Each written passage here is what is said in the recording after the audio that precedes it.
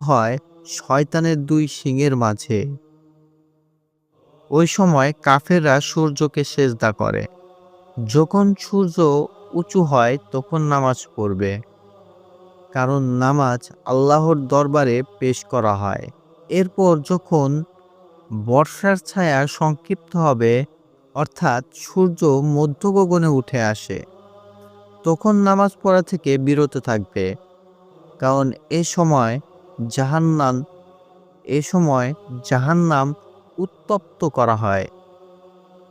এরপর যখন ছায়া দীর্ঘ হতে আরম্ভ করে তখন নামাজ পড়বে। মনে রাখবে, সকল নামাজ আল্লাহর দরবারে উপস্থাপন করা হয়। আসরের নামাজের পর সূর্যাস্ত পর্যন্ত নামাজ পড়া থেকে বিরত থাকবে, কারণ সূর্য অস্ত যায় শয়তানের দুই শিংয়ের মাঝে।